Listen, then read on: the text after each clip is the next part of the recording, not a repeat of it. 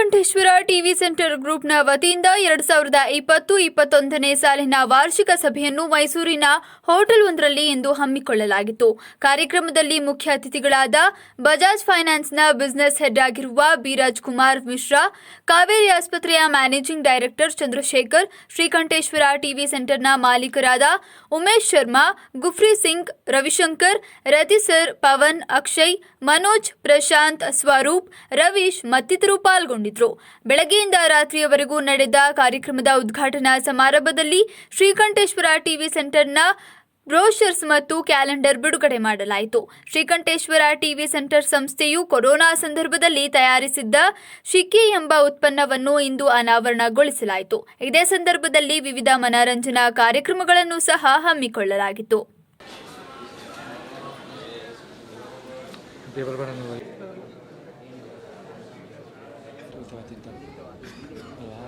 are well motivated and well strengthened in our segment, madam. We can't tell anything. Photo tayo.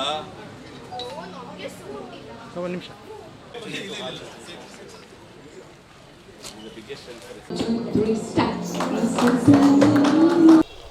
ನಮಸ್ಕಾರ, ಶ್ರೀ ವಿಜಯ TV ಚಾನಲ್ಗೆ ಇವತ್ತು ನಮ್ಮ ಕಾರ್ಯಕ್ರಮಕ್ಕೆ ಬಂದಿರೋ ಎಲ್ರಿಗೂ ಸುಸ್ವಾಗತ. ಇವತ್ತಿನ ಕಾರ್ಯಕ್ರಮ ಉದ್ದೇಶ ಏನಂದರೆ ನಮ್ಮದು 2020-21 ಆನ್ಯುವಲ್ ಮೀಟ್ ಮಾಡ್ತಾಯಿದ್ವಿ. ಪ್ರತಿ ವರ್ಷದಂತೆ ನಾವು, ಯಾಕೆಂದರೆ ಕೊರೋನಾ ಇದ್ದರೂ ಕೂಡ ನಮ್ಮ ಸಂಸ್ಥೆಯಲ್ಲಿರೋಂಥ ನಮ್ಮ ಟೀಮ್ಗಳೆಲ್ಲ ತುಂಬ ಚೆನ್ನಾಗಿ ಕೆಲಸ ಮಾಡಿದ್ದಾರೆ. ಅವ್ರಿಗೊಂದು ಸ್ಫೂರ್ತಿ ಬರಲಿ, ಉತ್ತೇಜನ ಬರಲಿ, ಉಲ್ಲಾಸ ಬರಲಿ, ಹೊಸ ವರ್ಷದಲ್ಲಿ ಚೆನ್ನಾಗಿ ನಮ್ಮ ಕ್ಯಾಲೆಂಡರ್ ವರ್ಷದಲ್ಲಿ ಉಲ್ಲಾಸ ಬರಲಿ ಅಂತ ಹೇಳಿ ನಾವು ಕಾರ್ಯಕ್ರಮನ ಹಮ್ಮಿಕೊಂಡಿದ್ದೀವಿ. TVCಯಿಂದ ಒಂದು ಈ ಫಂಕ್ಷನ್ನ ಆರ್ಗನೈಸ್ ಮಾಡಿರೋದು ನಮ್ಮೆಲ್ಲರಿಗೂ ನಿಜವಾಗ್ಲೂ ಹೆಮ್ಮೆಯ ವಿಷಯ. ನಾವು ಮೈಸೂರಿನವರ ಆಗಿದ್ದು ನನಗಿನ ಶ್ರೀಕಂಠೇಶ್ವರ ಇದರಲ್ಲಿ ಇಷ್ಟು ಜನ ಎಂಪ್ಲಾಯೀಸ್ ಇದ್ದಾರೆ, ಇಷ್ಟೊಂದು ದೊಡ್ಡ ಕಂಪನಿ. ನಮ್ಮ ಮೈಸೂರಿನಲ್ಲಿ ಇಂಥ ಒಂದು ಹೋಮ್ ಅಪ್ಲೈನ್ಸ್ ಮಾಡ್ತಕ್ಕಂಥ ಒಂದು ದೊಡ್ಡ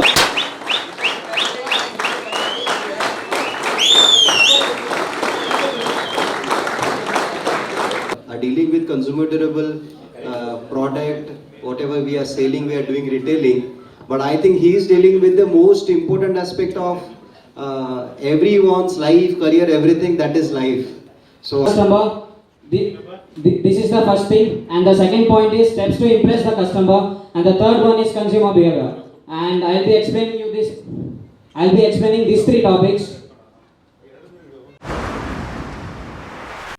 ಮೈಸೂರು ವಿಶ್ವವಿದ್ಯಾನಿಲಯದ ಪ್ರಾಚ್ಯ ವಿದ್ಯಾ ಸಂಶೋಧನಾಲಯ ಮತ್ತು ಪ್ರಸಾರಾಂಗದ ಸಹಯೋಗದಲ್ಲಿ ಜನವರಿ 6ರಂದು ಬೆಳಗ್ಗೆ 11ಕ್ಕೆ ಪುಸ್ತಕಗಳ ಲೋಕಾರ್ಪಣೆ ಕಾರ್ಯಕ್ರಮ ಮತ್ತು ಪುಸ್ತಕಗಳ ಪ್ರದರ್ಶನ ಮತ್ತು ಮಾರಾಟ ಮೇಳ ಆರಂಭವಾಗಲಿದೆ.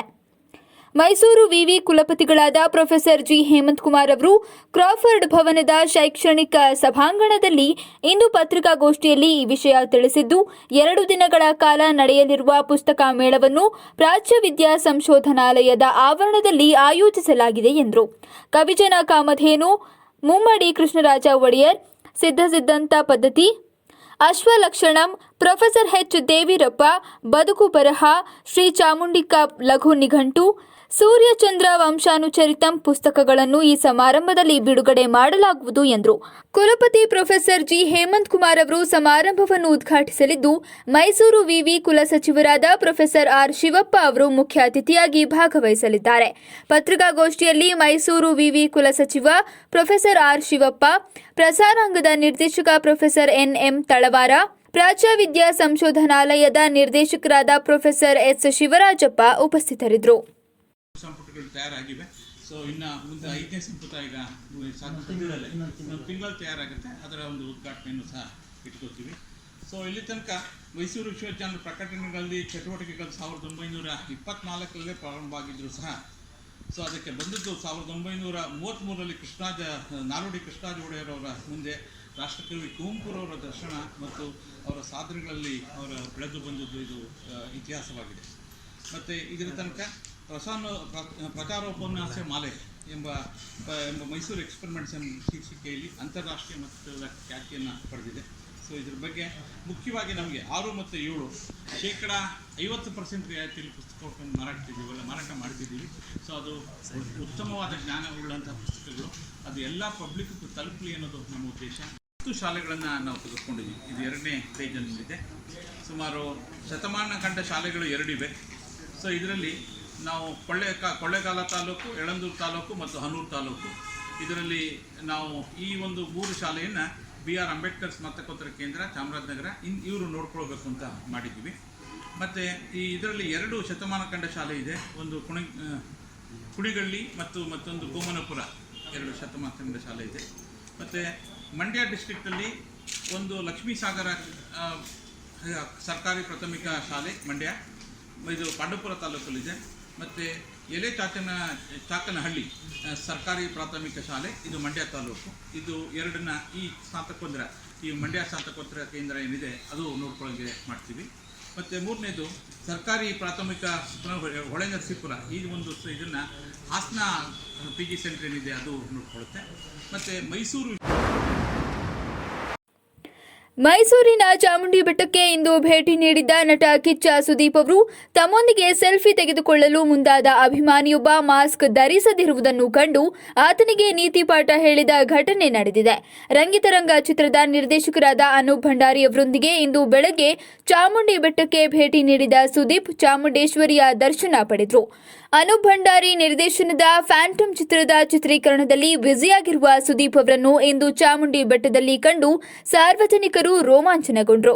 ಅವರೊಂದಿಗೆ ಸೆಲ್ಫಿ ತೆಗೆದುಕೊಳ್ಳಲು ಹಲವಾರು ಅಭಿಮಾನಿಗಳು ಮುಗಿಬಿದ್ರು. ಈ ಸಂದರ್ಭದಲ್ಲಿ ಒಬ್ಬ ಮಾಸ್ಕ್ ಧರಿಸದೆ ಬಂದಿದ್ದನ್ನು ಕಂಡು ಅವನಿಗೆ ನೀತಿ ಪಾಠ ಹೇಳಿದ ಸುದೀಪ್ ತಮ್ಮನ್ನು ಕಂಡು ಹರ್ಷಚಿತ್ತನಾಗಿ ಗಲಾಟೆ ಮಾಡುತ್ತಿದ್ದ ಮತ್ತೊಬ್ಬನಿಗೆ ಸಂಯಮದಿಂದ ವರ್ತಿಸುವಂತೆ ಕಿವಿಮಾತು ಹೇಳಿದ್ರು. ದೇವಸ್ಥಾನದ ಬಳಿ ತೆರಳಿದಾಗ ಅಲ್ಲಿ ನಿಶ್ಶಬ್ದ ಕಾಪಾಡುವಂತೆ ತುಟಿಯ ಮೇಲೆ ಬೆರಳಿಟ್ಟು ಅಭಿಮಾನಿಗಳಿಗೆ ಸನ್ನೆ ಮಾಡಿದ ಸುದೀಪ್ ಹಲವು ಅಭಿಮಾನಿಗಳೊಂದಿಗೆ ಫೋಟೋಗೆ ಪೋಸ್ ನೀಡಿ ಅಲ್ಲಿಂದ ನಿರ್ಗಮಿಸಿದ್ರು. ಅಲ್ಲಿ ಮುಂದೆ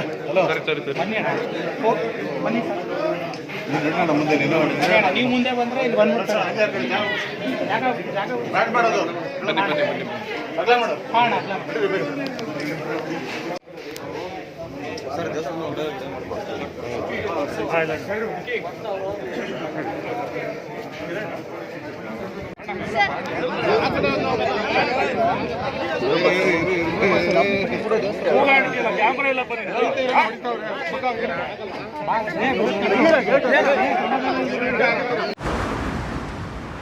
ಕರ್ನಾಟಕ ರಾಜ್ಯ ಅಕ್ಷರ ದಾಸೋಹ ಬಿಸಿಯೂಟ ತಯಾರಕರ ಫೆಡರೇಷನ್ ಸದಸ್ಯರು ಮೈಸೂರಿನಲ್ಲಿ ಇಂದು ಪ್ರತಿಭಟನೆ ನಡೆಸಿದರು. ಜಿಲ್ಲಾಧಿಕಾರಿ ಕಚೇರಿಯ ಬಳಿ all India trade union Congress ಸಂಘಟನೆಯ ನೇತೃತ್ವದಲ್ಲಿ ನಡೆದ ಪ್ರತಿಭಟನೆಯಲ್ಲಿ ಪಾಲ್ಗೊಂಡಿದ್ದ ಕಾರ್ಮಿಕರು ತಮ್ಮ ಬೇಡಿಕೆಗಳ ಈಡೇರಿಕೆಗಾಗಿ ಒತ್ತಾಯಿಸಿದರು. ರಾಜ್ಯ ಸರ್ಕಾರವು ಬಿಸಿಯೂಟ ತಯಾರಕರಿಗೆ 4 ತಿಂಗಳ ವೇತನ ಬಾಕಿ ಉಳಿಸಿಕೊಂಡಿದ್ದು ಅದನ್ನು ಶೀಘ್ರವೇ ಬಿಡುಗಡೆ ಮಾಡುವಂತೆ ಆಗ್ರಹಿಸಿ ರಾಜ್ಯಾದ್ಯಂತ ಪ್ರತಿಭಟನೆ ನಡೆಯುತ್ತಿದ್ದು, ಅದಕ್ಕೆ ಪೂರಕವಾಗಿ ಮೈಸೂರಿನಲ್ಲಿ ಇಂದು ಪ್ರತಿಭಟನೆ ನಡೆಸಲಾಯಿತು. ಬಿಸಿಯೂಟ ತಯಾರಕರಿಗೆ ಕನಿಷ್ಠ ಕೂಲಿ ಜಾರಿಗೆ ತರಬೇಕು, ಕಾರ್ಮಿಕರ ಕಲ್ಯಾಣ ಮಂಡಳಿಯನ್ನು ರೂಪಿಸಬೇಕು, ಪಿಎಫ್ ಮತ್ತು ಇಎಸ್ಐ ಸೌಲಭ್ಯಗಳನ್ನು ನೀಡಬೇಕು, ಅಪಘಾತ ಮತ್ತು ಮರಣ ಪರಿಹಾರದ ಮೊತ್ತವನ್ನು 5 ಲಕ್ಷ ರುಗಳಿಗೆ ಏರಿಸಬೇಕು, ಬಿಸಿಯೂಟ ನೌಕರರನ್ನು ಶಾಲಾ ಸಿಬ್ಬಂದಿಗಳು ಎಂದು ಪರಿಗಣಿಸಬೇಕು ಮುಂತಾದ ಬೇಡಿಕೆಗಳನ್ನು ಮುಂದಿಟ್ಟುಕೊಂಡು ಇಂದು ಪ್ರತಿಭಟನೆ ನಡೆಸಲಾಯಿತು. ಬೇಕೇ ಬೇಕು, ಹಂಗಾಮಿ ಸಾಕು, ಹಂಗಾಮಿ ಸಾಕು, ಹಂಗಾಮಿ ಸಾಕು, ಕನಿಷ್ಠ ವೇತನ, ಕನಿಷ್ಠ ವೇತನ, ಕನಿಷ್ಠ ವೇತನ. ಈ ಒಂದು ಹೋರಾಟ ಕರ್ನಾಟಕ ರಾಜ್ಯ ಅಕ್ಷರ ದಾಸೋಹ ಮತ್ತು ಬಿಸಿಯೂಟ ತಯಾರಕರ ಫೆಡರೇಷನಿಂದ ಮಾಡ್ತಾಯಿದ್ದೀವಿ. ಸುಮಾರು 10 ಬೇಡಿಕೆಗಳನ್ನಿಟ್ಟಿದ್ದೀವಿ. ಪ್ರಮುಖವಾಗಿ ಈ ಕಾರ್ಮಿಕರು ಭಾಳ ಕನಿಷ್ಠ ಕೂಲಿ ಅಂದರೆ 2,500 ರೂಪಾಯಿ ಕಡಿಮೆ, ಅದಕ್ಕಿಂತ ಕಡಿಮೆ ಕೂಲಿಯಿಂದ ದುಡಿತಾ ಇದ್ದಾರೆ. ಶಾಲೆಗಳಲ್ಲಿ ಮಕ್ಕಳಿಗೆ ಬಿಸಿ ಊಟವನ್ನು ಮಧ್ಯಾಹ್ನ ಹೊತ್ತು ಮಾಡಿ ಕೊಡುವಂತಹ ಕೆಲಸವನ್ನು ಮಾಡ್ತಾಯಿದ್ದಾರೆ. ಆದರೆ ಸರ್ಕಾರ ಈ ಲಾಕ್ಡೌನ್ ಆದಮೇಲೆ ಕೇವಲ 3 ತಿಂಗಳ ಮಾತ್ರ ಸಂಬಳವನ್ನು ನೀಡಿದ್ದಾರೆ. ಇದುವರೆಗೆ ಮತ್ತೆ ಸಂಬಳ ಕೊಡಲಿಲ್ಲ. ಸುಮಾರು 4 ತಿಂಗಳ ಸಂಬಳ ಬಾಕಿ ಇದೆ. ಇವರು ಮನುಷ್ಯರು ಜೀವನ ಮಾಡಬೇಕು. ಯಾಕೆಂದರೆ ಸರ್ಕಾರ ಇವತ್ತು ಇಂತಹ ಒಂದು ಕಾರ್ಮಿಕರಿಗೆ ಹಸಿವಿನ ಹೊಟ್ಟೆಯಿಂದ ಸುಮಾರು 4 ತಿಂಗಳಿಂದ ಇಟ್ಟಿದೆ. ಅದರಿಂದ ಕಪಿಲ ಕಪಿಲಾ ನದಿಯಿಂದ ಅಕ್ರಮವಾಗಿ ಮರಳು ತೆಗೆಯುತ್ತಿದ್ದುದನ್ನು ಪ್ರಶ್ನಿಸಿದ ಸುತ್ತೂರು ಶ್ರೀಗಳ ಸಹೋದರ ಉದಯ್ ಶಂಕರ್ ಅವರಿಗೆ ಜೋರು ದನಿಯಲ್ಲಿ ಆವಾಜ್ ಹಾಕಿದ ಮರಳು ದಂಧೆಕೋರರ ವಿರುದ್ಧ ಹಿರಿಯ ಪೊಲೀಸ್ ಅಧಿಕಾರಿಗಳು ಕ್ರಮ ಕೈಗೊಂಡಿದ್ದು, ಆ ದಂಧೆಕೋರರಿಗೆ ಸಹಕಾರ ನೀಡುತ್ತಿದ್ದ ಪೊಲೀಸ್ ಸಬ್ ಇನ್ಸ್ಪೆಕ್ಟರ್ ಮತ್ತು ಹೆಡ್ ಕಾನ್ಸ್ಟೇಬಲ್ ಅನ್ನು ಅಮಾನತುಗೊಳಿಸಿದ್ದಾರೆ. ನಂಜನಗೂಡು ತಾಲೂಕಿನ ಸುತ್ತೂರಿನ ಬಳಿ ಕಪಿಲಾ ನದಿಯಲ್ಲಿ ಡಿಸೆಂಬರ್ 31ರಂದು ಬೆಳಗಿನ ಜಾವ ವಾಕಿಂಗ್ಗೆ ತೆರಳಿದ್ದ ಉದಯ್ ಶಂಕರ್ ಅವರಿಗೆ ನದಿಯಲ್ಲಿ ಅಕ್ರಮವಾಗಿ ಮರಳು ತೆಗೆಯುತ್ತಿದ್ದ ತಂಡವೊಂದು ಗೋಚರಿಸಿದೆ. ಅಕ್ರಮ ಮರಳು ಗಣಿಗಾರಿಕೆಯ ಬಗ್ಗೆ ಪ್ರಶ್ನಿಸಿದ ಉದಯ್ ಶಂಕರ್ ಅವರಿಗೆ ದಂಧೆಕೋರರು ಜೋರು ದನಿಯಲ್ಲಿ ಗದರಿಸಿ ಬೆದರಿಕೆ ಹಾಕಿದ್ದಾರೆ. ಅಷ್ಟೇ ಅಲ್ಲದೆ, ನಾವು ನಂಜನಗೂಡು ತಾಲೂಕಿನ ಬಿಳಿಗೆರೆ ಠಾಣೆಯ ಸಬ್ ಇನ್ಸ್ಪೆಕ್ಟರ್ ಆಕಾಶ್ ಕಡೆಯವರು ಅವರಿಗೆ ಮಾಮೂಲಿ ಕೊಟ್ಟು ಮರಳು ತೆಗೆಯುತ್ತಿದ್ದೇವೆ, ಅದನ್ನು ಕೇಳೋಕೆ ನೀವ್ಯಾರು ಎಂದು ಪ್ರಶ್ನಿಸಿದರಲ್ಲದೆ ಬೆದರಿಕೆ ಸಹ ಹಾಕಿದ್ದಾರೆ. ಈ ವಿಚಾರವನ್ನು ಉದಯ್ ಶಂಕರ್ ಅವರು ಮೈಸೂರು ಜಿಲ್ಲಾ ಪೊಲೀಸ್ ವರಿಷ್ಠಾಧಿಕಾರಿಯಾದ ಸಿಬಿ ರಿಷ್ಯಂತ್ ಅವರಿಗೆ ತಿಳಿಸಿದ್ದಾರೆ. ಸ್ಥಳಕ್ಕೆ ತೆರಳಿದ ಎಸ್ಪಿ ರಿಷ್ಯಂತ್ ಮರಳು ದಂಧೆಕೋರರನ್ನು ವಶಕ್ಕೆ ಪಡೆದು ವಿಚಾರಣೆ ನಡೆಸಿದ್ದಾರೆ. ಆಗ ಸಬ್ ಇನ್ಸ್ಪೆಕ್ಟರ್ ಆಕಾಶ್ ಅವರಿಗೆ ತಾವು ಲಂಚ ಕೊಟ್ಟು ಅವರ ಸಹಕಾರ ಪಡೆದು ಮರಳು ಸಾಗಾಣಿಕೆ ನಡೆಸುತ್ತಿದ್ದೇವೆ ಎಂದು ಅವರು ಬಾಯ್ಬಿಟ್ಟಿದ್ದಾರೆ. ಈ ಹಿನ್ನೆಲೆಯಲ್ಲಿ ಎಸ್ಪಿ ರಿಷ್ಯಂತ್ ಅವರು ಮರಳು ದಂಧೆಕೋರರು ಮತ್ತು ಸಬ್ ಇನ್ಸ್ಪೆಕ್ಟರ್ ನಡುವೆ ನಡೆದಿದ್ದ ಮೊಬೈಲ್ ಸಂಭಾಷಣೆಯನ್ನು ಪರಿಶೀಲಿಸಿ ಅದರ ಆಧಾರದ ಮೇರೆಗೆ ಎಸ್ಐ ಆಕಾಶ್ ಮತ್ತು ಮುಖ್ಯಪೇದೆ ರಾಮಕೃಷ್ಣ ಅವರನ್ನು ಅಮಾನತುಗೊಳಿಸಿ ಆದೇಶ ಹೊರಡಿಸಿದ್ದಾರೆ. ಅಷ್ಟೇ ಅಲ್ಲದೆ, ಮರಳು ದಂಧೆ ನಡೆಸುತ್ತಿದ್ದ 3 ಮರಳುಗಳ್ಳರನ್ನು ಬಂಧಿಸಿ ಅವರ ವಿರುದ್ಧ ಮೊಕದ್ದಮೆ ದಾಖಲಿಸಿ ಜೈಲಿಗಟ್ಟಿದ್ದಾರೆ. ಮೈಸೂರಿನ ಐತಿಹಾಸಿಕ ಲಲಿತ್ ಮಹಲ್ ಪ್ಯಾಲೇಸ್ ಹೋಟೆಲ್ 100ರ ಸಂಭ್ರಮದಲ್ಲಿದ್ದು, ನವೆಂಬರ್ ತಿಂಗಳಲ್ಲಿ ಶತಮಾನೋತ್ಸವ ಆಚರಣೆ ನಡೆಯಲಿದೆ ಎಂದು ಜಂಗಲ್ ಲಾಡ್ಜಸ್ ಮತ್ತು ರೆಸಾರ್ಟ್ಸ್ ಲಿಮಿಟೆಡ್ನ ಅಧ್ಯಕ್ಷರಾದ ಎಂ ಅಪ್ಪಣ್ಣ ತಿಳಿಸಿದ್ದಾರೆ. ಇಂದು ಲಲಿತ್ ಮಹಲ್ ಪ್ಯಾಲೇಸ್ ಹೋಟೆಲ್ಗೆ ಅಧಿಕಾರಿಗಳ ತಂಡದೊಂದಿಗೆ ಭೇಟಿ ನೀಡಿ ಪರಿಶೀಲನೆ ನಡೆಸಿದ ಅವರು ನಂತರ ಪತ್ರಿಕಾಗೋಷ್ಠಿ ನಡೆಸಿ ಮಾತನಾಡಿದ ಅವರು, ಲಲಿತ್ ಮಹಲ್ ಹೋಟೆಲ್ ದೇಶದ ಪ್ರಮುಖ ಪಾರಂಪರಿಕ ಕಟ್ಟಡಗಳಲ್ಲಿ ಒಂದಾಗಿದೆ. ನಾಲ್ವಡಿ ಕೃಷ್ಣರಾಜ ಒಡೆಯರ್ ಅವರು ಕಟ್ಟಿಸಿರುವ ಆ ಕಟ್ಟಡಕ್ಕೆ ನವೆಂಬರ್ ತಿಂಗಳಲ್ಲಿ 100 ವರ್ಷ ತುಂಬಲಿದೆ. ಈ ಹಿನ್ನೆಲೆಯಲ್ಲಿ ಸಂಭ್ರಮಾಚರಣೆಯನ್ನು ಹಮ್ಮಿಕೊಳ್ಳಲಿದ್ದು, ಕಾರ್ಯಕ್ರಮಕ್ಕೆ ಮುಖ್ಯಮಂತ್ರಿ ಮತ್ತು ಕೇಂದ್ರದ ಮಂತ್ರಿಗಳನ್ನು ಆಹ್ವಾನಿಸಲಾಗುವುದು ಎಂದರು. 51 ಎಕರೆ 15 ಗುಂಟೆ ಜಾಗದಲ್ಲಿರುವ ಲಲಿತ್ ಮಹಲ್ ಪ್ಯಾಲೇಸ್ ನಾಲ್ವಡಿ ಕೃಷ್ಣರಾಜ ಒಡೆಯರ್ ಅವರು ಮೈಸೂರಿಗೆ ಕೊಟ್ಟ ಕೊಡುಗೆ. 1920ರಲ್ಲಿ ಈ ಕಟ್ಟಡವನ್ನು 13 ಲಕ್ಷ ರೂಗಳ ವೆಚ್ಚದಲ್ಲಿ ನಿರ್ಮಾಣ ಮಾಡಲಾಯಿತು ಎಂದ ಅವರು, ಲಲಿತ್ ಮಹಲ್ ಪ್ಯಾಲೇಸ್ ಹೋಟೆಲ್ನ ಸೇವೆಗಳು ದುಬಾರಿಯಾಗಿದ್ದು ಅದು ಶ್ರೀಮಂತರಿಗೆ ಮಾತ್ರ ಎನ್ನುವಂತಾಗಿದೆ. ಈ ಅಭಿಪ್ರಾಯವನ್ನು ತಪ್ಪಿಸಲು ಅಲ್ಲಿ ಸಿಗುವ ಸೌಲಭ್ಯಗಳ ದರಗಳನ್ನು ಇಳಿಸಿ ಜನಸಾಮಾನ್ಯರಿಗೂ ಸಹ ಅಲ್ಲಿ ಹೋಗಿ ಬರುವಂತೆ ಮಾಡುತ್ತೇವೆ ಎಂದು ತಿಳಿಸಿದರು. 100ನೇ ವರ್ಷದ ಕಾರ್ಯಕ್ರಮದಲ್ಲಿ ಒಂದು ಮಾಡೋಕ್ಕೆ ರಿಟೈರ್ಮೆಂಟ್ 4 ವರ್ಷ ಏನು ಕಟ್ಟಿಸಿದಾರೋ ಅದೊಂದು ಇತಿಹಾಸಕ್ಕೆ ಮತ್ತು ಅದು 100 ದಿನೋತ್ಸವದಲ್ಲಿ ಒಂದು ಒಳ್ಳೆ ಕಾರ್ಯಕ್ರಮ ಮಾಡಬೇಕಂತ ಮಾನ್ಯ ಮುಖ್ಯಮಂತ್ರಿಗಳನ್ನ ಎಲ್ಲರೂ ಕರೆಸಿ ಮಾಡಬೇಕು ಅಂತ ಇದ್ದೀವಿ. ಜೊತೆ ಅದ್ರ ಬಗ್ಗೆ ಮಾನ್ಯ ಮುಖ್ಯಮಂತ್ರಿಗಳನ್ನ ಮತ್ತು ನಮ್ಮ ಇಲಾಖೆ MD ಅವರು ಮತ್ತು ಪ್ರಿನ್ಸಿಪಲ್ ಸೆಕ್ರೆಟರಿನ ಒಂದು ಸಭೆ ಕರೆದು ಪೂರ್ವಭಾವಿ ಸಭೆ ಮಾಡಿ ಆನಂತರ ನಾವು ಅದ್ರ ಬಗ್ಗೆ ನಿಮ್ಮನ್ನು ಕರೆದು ಹೇಳ್ತೀವಿ. ಪೂರ್ವಭಾವಿ ಸಭೆ ನಾವು ಮಾಡ್ತೀವಿ. ನಾವು ಆ್ಯಕ್ಚುಲಿ ವೀಕ್ಷಣೆ ಮಾಡೋಕ್ಕೆ ಬಂದು ಸ್ಥಳ ಪರಿಶೀಲನೆ, ಯಾಕೆಂದರೆ ತಮ್ಮ ಮಾಧ್ಯಮದಲ್ಲೇ ನಮ್ಮ ಈ ಭಾಗದ ನಮ್ಮ ಯದುವಂಶದ ಮಾರಾಣಿಯವರು ಹೋಗೋ ಒಂದು ಕಾಫಿ ಕುಡಿಯಬಹುದು, ನಾವು ತಿಳಿದ ಒಂದು ಭಾವನೆ ಬರೋದು ನಾವು ನಿರ್ಮಾಣ ಮಾಡ್ತೀವಿ. ಇದು ನಾಲ್ವಡಿ ಕೃಷ್ಣ ಒಡೆಯರ್ ಮಾಡೋದು ಬರೀ VIP ಗಳಿಗೆ ಮಾಡಲಿಲ್ಲ, ಅವ್ರು ಮಹಾರಾಜರು ಮಾಡಿರೋದು ಯೋಜನೆಗಳು ಹೇಳ್ತಾ ಹೋದರೆ ಒಂದು ರಾತ್ರಿಯಲ್ಲಿ ಹೇಳ್ಬೋದು. ಇವತ್ತು ಪ್ರತಿಯೊಂದು ಅವರೇ ಮಾಡಿ ನಾಲ್ವಡಿ ಕೃಷ್ಣ ಒಡೆಯರ್ ನಾವು ಎಷ್ಟು ನೆನೆಸ್ಕೋಬೇಕಾದ್ರೆ ಅದನ್ನು ನಾವು ಕಲ್ಪನೆ ಇಲ್ಲ, ಅಷ್ಟೊಂದು ಕೆಲಸ ಮಾಡಿದ್ದಾರೆ. ಅದರಿಂದ ಇದರಲ್ಲಿ ಅವ್ರು ಕಟ್ಟಿರೋದು ಕಟ್ಟಡದಲ್ಲಿ ಅವ್ರ ಹೆಸರು ಉಳಿಸಾಗ 100ನೇ ವರ್ಷ ಶತಮಾನ ವರ್ಷದಲ್ಲಿ ಮತ್ತು ಯದುವಂಶ ನಮ್ಮ ಮೈಸೂರು ಮಹಾರಾಜರ ವಂಶಸ್ಥರಿಗೆ ಒಂದು ಗೌರವ ಕೊಡೋ ರೀತಿಯಿಂದ ಆ ಶತಮಾನೋತ್ಸವ ಕಾರ್ಯಕ್ರಮದಲ್ಲಿ ಮಹಾರಾಣಿಯವ್ರನ್ನ ಮತ್ತು ಮಹಾರಾಜರನ್ನ ಮತ್ತು ಪ್ರಮೋದ ದೇವಿ ಮೇಡಮ್ ಅವರು ಎಲ್ಲರೂ ಕರೆಸಿ ಮುಖ್ಯಮಂತ್ರಿ ನೇತೃತ್ವದಲ್ಲಿ ಒಂದು ಒಳ್ಳೆ ಕಾರ್ಯಕ್ರಮ ಮಾಡ್ತೀವಿ. ಅದನ್ನು ನಿಮ್ಗೆ ಆದಷ್ಟು ಬೇಗ ತಿಳಿಸ್ತೀವಿ. ಕಾರ್ಖಾನೆಗಳಿಗೆ ಕಚ್ಚಾ ಸಾಮಗ್ರಿಗಳನ್ನು ರೈಲು ಗಾಡಿಗಳ ಮೂಲಕ ನೇರವಾಗಿ ತಲುಪಿಸುವ ಉದ್ದೇಶದಿಂದ ಕಡಕೋಳ ಕೈಗಾರಿಕಾ ಪ್ರದೇಶದಲ್ಲಿ ನಿರ್ಮಿಸಲಾಗುತ್ತಿರುವ ಬಹು ನಿರೀಕ್ಷಿತ ಮಲ್ಟಿ ಮಾಡೆಲ್ ಲಾಜಿಸ್ಟಿಕ್ ಪಾರ್ಕ್ ಯೋಜನೆಯ ಕಾಮಗಾರಿಯನ್ನು ಸಂಸದ ಪ್ರತಾಪ್ ಸಿಂಹ ಇಂದು ಪರಿಶೀಲಿಸಿದರು. ಕಂಟೈನರ್ ಕಾರ್ಪೊರೇಷನ್ ಆಫ್ ಇಂಡಿಯಾದ ವತಿಯಿಂದ 61 ಎಕರೆ ವಿಸ್ತೀರ್ಣದಲ್ಲಿ 100 ಕೋಟಿ ರೂಗಳ ಅಂದಾಜು ವೆಚ್ಚದಲ್ಲಿ ನಿರ್ಮಾಣವಾಗುತ್ತಿರುವ ಲಾಜಿಸ್ಟಿಕ್ ಪಾರ್ಕ್ನ ಕಾಮಗಾರಿಗಳು 24 ತಿಂಗಳಲ್ಲಿ ಪೂರ್ಣಗೊಳ್ಳಲಿದೆ. ಮೈಸೂರು, ಚಾಮರಾಜನಗರ, ಕೊಡಗು, ಹಾಸನ ಮತ್ತು ಮಂಡ್ಯ ಜಿಲ್ಲೆಗಳ ಕೈಗಾರಿಕೆಗಳಿಗೆ ಅಗತ್ಯವಾಗಿರುವ ಕಚ್ಚಾ ವಸ್ತುಗಳನ್ನು ತಲುಪಿಸಲು ಮತ್ತು ಅಲ್ಲಿ ಉತ್ಪನ್ನವಾಗುವ ವಸ್ತುಗಳನ್ನು ರಫ್ತು ಮಾಡುವುದಕ್ಕೂ ಸಹ ಉಪಯೋಗವಾಗಲಿದೆ. ಕಾರ್ಖಾನೆಗಳಿಗೆ ಡೋರ್ ಟು ಡೋರ್ ರಫ್ತು ಮತ್ತು ಆಮದು ನಗದು ವ್ಯವಸ್ಥೆಯನ್ನು ಇದರಿಂದ ಕಲ್ಪಿಸಬಹುದಾಗಿದೆ ಎಂದು ರೈಲ್ವೆ ಮತ್ತು ಕೆಐಎಡಿಬಿ ಅಧಿಕಾರಿಗಳು ಈ ಸಂದರ್ಭದಲ್ಲಿ ಮಾಹಿತಿ ನೀಡಿದರು. ಇಲ್ಲಿ ವೇರ್ ಹೌಸಿಂಗ್ ಬರುತ್ತೆ, 2000 ಸ್ಕ್ವೇರ್ ಮೀಟರ್ಸ್ ವೇರ್ ಹೌಸಿಂಗ್ ಬರುತ್ತೆ ಅಲ್ಲಿ. ಅದರಲ್ಲಿ 2 ಥರ ವೇರ್ ಹೌಸಿಂಗ್, ಒಂದು ಡೊಮೆಸ್ಟಿಕ್, ಇನ್ನೊಂದು ಎಕ್ಸಿಮ್ ಅಂತ ಹೇಳಿ ಎಕ್ಸ್ಪೋರ್ಟ್. ಇದಕ್ಕೆ ಈ ಎಕ್ಸ್ಪೋರ್ಟ್ ಅಂತಂದ್ರೆ it has to be enclosed area ಅಂತ ಹೇಳ್ತೀವಿ, ಕಸ್ಟಮ್ ಬಾಂಡೆಡ್ ಏರಿಯಾ ಅಂತ. ಅದು ಆ ಕಡೆ ಬರುತ್ತೆ, ಕಸ್ಟಮ್ ಬಾಂಡೆಡ್ ಏರಿಯಾ ಅಲ್ಲಿ ಅಲ್ಲೆಲ್ಲ ಇನ್ಕಮಿಂಗು ಔಟ್ಗೋಯಿಂಗ್ ಎಲ್ಲ ಮಾನಿಟರ್ ಮಾಡಬೇಕಾಗತ್ತೆ. ಸೊ ಅದಕ್ಕೋಸ್ಕರ ನಾವು ಅಲ್ಲಿ ಮಾಡ್ತಾ ಇದೀವಿ. ಇಲ್ಲಿ ಡೊಮೆಸ್ಟಿಕ್ ವೇರ್ ಹೌಸ್ ಬಂದು ಇಲ್ಲಿ ಬರುತ್ತೆ. ಸೊ ಇಲ್ಲಿಂದ ಏನು ನಾವು ಕಂಟೈನರ್ಸ್ನ ತೆಗಿತೀವಿ ಅದನ್ನ ಸೀದಾ ಅದನ್ನ ಸ್ಟಫ್ ಮಾಡ್ತಾರೆ ಅವ್ರು ಇಲ್ಲಿ ತಗೊಂಡ್ಬರತಕ್ಕಂಥ ನೆಸಿಟಿನೇ ಇರೋದಿಲ್ಲ. ಅಲ್ಲಿ ಸ್ಟಫ್ ಮಾಡ್ಬಿಟ್ಟಿದ್ರೆ ನಾವು ಕಂಟೈನರ್ಸ್ನ ತಗೊಂಡ್ಬಂದು ಇಲ್ಲಿ ನಾವು ರೈಲ್ವೆ ಇದರಲ್ಲಿ ಇಟ್ಬಿಟ್ಟು ನಮ್ದು ಪ್ಲೇಸ್ ಮಾಡಿ ತಗೊಳ್ಳೋದು. ಈಗ ಅಲ್ಲಿ ಅದೇ ತರ ಬೆಂಗಳೂರಿಗೆ ಬರ್ತದೆ, ಬೆಂಗಳೂರಿಗೆ ಬಂದಿದ್ದರಿಂದ ಕಂಟೈನರ್ನೇ ಇದಕ್ಕೆ ನಾವು ಫ್ಯಾಕ್ಟ್ರಿಗೆ ಕಳಿಸ್ತೀವಿ. ಅದಕ್ಕೆ ಡೋರ್ ಟು ಡೋರ್ ಡೆಲಿವರಿ ಅಂತ ಹೇಳೋದು, ಲಾಜಿಸ್ಟಿಕ್ಸ್ ಅಂತ, ಡೋರ್ ಟು ಡೋರ್ ಅಂತ. ಸೊ ಅದರಿಂದ ಅವ್ರು ತೊಗೊಂಬರ್ಬೇಕಾದ ಏನಿಲ್ಲ. ಇಲ್ಲಿ ಗೂಡ್ ಶೆಡ್ ಇದ್ರೆ ಗೂಡ್ ಶೆಡ್, ಈಗ ರೈಲ್ವೇಸ್ ನಾರ್ಮಲ್ ರೈಲ್ವೇಸ್ ಅಲ್ಲಿ ಅವ್ರು ಮೆಟೀರಿಯಲ್ನ ಅಲ್ಲೇ ತೊಗೊಂಬರ್ಬೇಕು. ಇದು women's park first phase sir, ಇದು ಸೆಕೆಂಡ್ ಫೇಸ್ ಸರ್. ಇದು ನಾವು ಇವಾಗ 250 ಕೋಚ್ನಲ್ಲಿ ಅಂತ ಇವಾಗ ಟೆಂಡ್ರು ಹಾಕಿದ್ದೀವಿ ಸರ್. ಇದು ಇಂಡಸ್ಟ್ರಿಯಲ್ ಏರಿಯಾ ಸರ್, ಇದು ಹೊಸದಾಗಿ ಇವಾಗ ಡೆವಲಪ್ ಮಾಡಬೇಕು ಸರ್. ನಿಮ್ಮದು KDP ಗೋಯಿಂಗ್ ರೇಟ್ ಎಷ್ಟಿದೆ ಸರ್? ಎಷ್ಟು ಕಾಲ? ಮೈಸೂರಿನ ಕೃಷ್ಣರಾಜ ವಿಧಾನಸಭಾ ಕ್ಷೇತ್ರದ ಬಿಜೆಪಿ ಘಟಕದ ವತಿಯಿಂದ ಬೂತ್ ಮಟ್ಟದ ಸಭೆಯನ್ನು ಇಂದು ಏರ್ಪಡಿಸಲಾಗಿತ್ತು. ಕಲ್ಯಾಣ ಮಂಟಪವೊಂದರಲ್ಲಿ ನಡೆದ ಸಭೆಯನ್ನು ಉದ್ಘಾಟಿಸಿದ ರಾಮದಾಸ್ ಅವರು ನಮ್ಮ ಕ್ಷೇತ್ರದಲ್ಲಿರುವ 220 ಬೂತ್ಗಳ ಅಧ್ಯಕ್ಷರ ಸಭೆ ಕರೆದು ಅವರೊಂದಿಗೆ ಸಮಾಲೋಚನೆ ನಡೆಸಿ ಕೃಷ್ಣರಾಜ ಕ್ಷೇತ್ರವನ್ನು ನಮ್ಮ ದೇಶದಲ್ಲೇ ಒಂದು ಮಾದರಿ ಕ್ಷೇತ್ರವನ್ನಾಗಿ ಮಾಡುವ ಉದ್ದೇಶದಿಂದ ಕಾರ್ಯಕ್ರಮಗಳನ್ನು ರೂಪಿಸಲಾಗುತ್ತಿದೆ ಎಂದರು.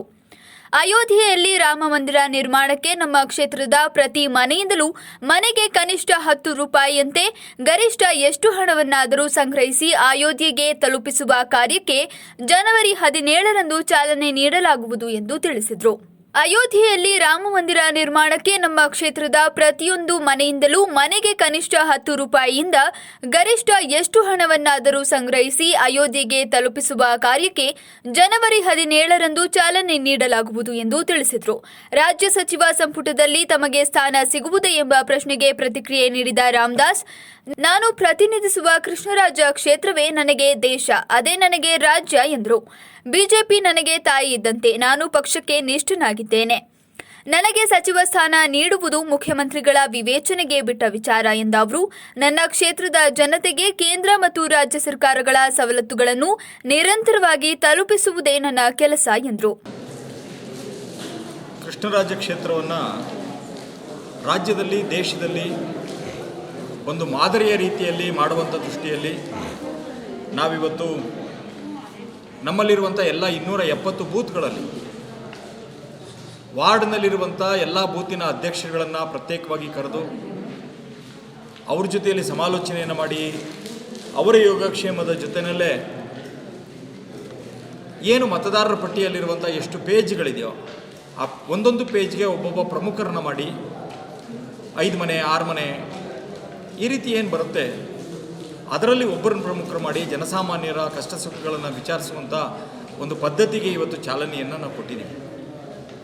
ಇದೇ ಥರ ಹೋದಾಗ ನಮ್ಮ ಕ್ಷೇತ್ರದಲ್ಲಿ ಬಹುತೇಕ 11,000ದಿಂದ 11,500 ಜನ ಪೇಜ್ ಪ್ರಮುಖರುಗಳು ಸರ್ಕಾರದ ಯೋಜನೆಗಳು, ವಿಚಾರಗಳನ್ನು ಜನಸಾಮಾನ್ಯನಿಗೆ ಮುಟ್ಟಿಸುವಂಥ ಒಂದು ಕೆಲಸವನ್ನು ಮಾಡುವಂಥ ಒಂದು ಪ್ರಯತ್ನ ಇದಿರುತ್ತೆ. ಜೊತೆಗೆ ನಮ್ಮಲ್ಲಿಗೆ BLA 2ನ ಸರ್ಕಾರ ನೇಮಕಾತಿ ಮಾಡಿದೆ. BLA 1ನ ನೇಮಕಾತಿ ಆಗಿರುವಂಥ ಬಾಬು ಅವರು ಈಗ ನಮ್ಮಲ್ಲಿ ಎಲ್ಲವೂ ಕೂಡ ಎಲ್ಲ ಬೂತ್ಗಳಲ್ಲೂ BLA 2ಗಳನ್ನು ನೇಮಕಾತಿ ಮಾಡುವಂಥ ಪ್ರಕ್ರಿಯೆಯನ್ನು ಪ್ರಾರಂಭ ಮಾಡಿದ್ದಾರೆ. ಇಲ್ಲಿ ಅವರ ಮೂಲಕವಾಗಿ ಯಾರ್ದು ಒಂದು ಮತಪಟ್ಟಿಯಲ್ಲಿ ಬಿಟ್ಟು ಹೋಗಿದೆ ಸೇರಿಸುವಂಥದ್ದು, 18 ವರ್ಷ ಆಯಿತು ಅವರಿಗೆ ಸೇರ್ಪಡೆ ಮಾಡುವಂಥದ್ದು, ಯಾರೋ ಸಾವಾಗಿದೆ ಅದನ್ನು ಕೈ ಬಿಡುವಂಥದ್ದು, ಈ ರೀತಿಯಾದಂಥ ಪ್ರಕ್ರಿಯೆಗಳನ್ನು BLA 2ಗಳ ಮೂಲಕವಾಗಿ ಮಾಡಿಸುವಂಥ ಒಂದು ಪ್ರಕ್ರಿಯೆಗೆ ಇವತ್ತು ಚಾಲನೆ ಕೊಟ್ಟಿದ್ದೀವಿ. ರಾಜ್ಯ ಸರ್ಕಾರದ ಮುಖ್ಯ ಕಾರ್ಯದರ್ಶಿಯಾಗಿ ಪಿ ರವಿಕುಮಾರ್ ಅವರು ಮೈಸೂರಿಗೆ ಭೇಟಿ ನೀಡಿದ್ದು ಜಿಲ್ಲೆಯ ಹಿರಿಯ ಅಧಿಕಾರಿಗಳೊಂದಿಗೆ ವಿವಿಧ ವಿಷಯಗಳ ಕುರಿತು ಚರ್ಚೆ ನಡೆಸಿದರು. ಟಿಎಂ ವಿಜಯ ಭಾಸ್ಕರ್ ಅವರ ಜಾಗಕ್ಕೆ ನಿಯೋಜಿಸಲ್ಪಟ್ಟಿರುವ ಪಿ ರವಿಕುಮಾರ್ ಅವರು ಮೈಸೂರಿಗೆ ಶನಿವಾರ ಆಗಮಿಸಿ ಚಾಮುಂಡಿ ಬೆಟ್ಟದ ಚಾಮುಂಡೇಶ್ವರಿ ದೇವಸ್ಥಾನಕ್ಕೆ ತೆರಳಿ ಪೂಜೆ ಸಲ್ಲಿಸಿದರು. ನಂತರ ಜಿಲ್ಲೆಯ ವಿವಿಧ ಇಲಾಖೆಗಳ ಹಿರಿಯ ಅಧಿಕಾರಿಗಳ ಜೊತೆ ಚರ್ಚಿಸಿ ಮಾಹಿತಿಗಳನ್ನು ಪಡೆದರು. ಜಿಲ್ಲಾಧಿಕಾರಿ ರೋಹಿಣಿ ಸಿಂಧೂರಿ, ನಗರ ಪೊಲೀಸ್ ಆಯುಕ್ತರಾದ ಡಾಕ್ಟರ್ ಚಂದ್ರಗುಪ್ತ, ಜಿಲ್ಲಾ ಪೊಲೀಸ್ ವರಿಷ್ಠಾಧಿಕಾರಿ ಸಿಬಿ ರಿಷ್ಯಂತ್, ನಗರ ಪಾಲಿಕೆ ಆಯುಕ್ತರಾದ ಗುರುದತ್ ಹೆಗಡೆ ಮತ್ತಿತರ ಅಧಿಕಾರಿಗಳು ಸಭೆಯಲ್ಲಿ ಪಾಲ್ಗೊಂಡಿದ್ದರು.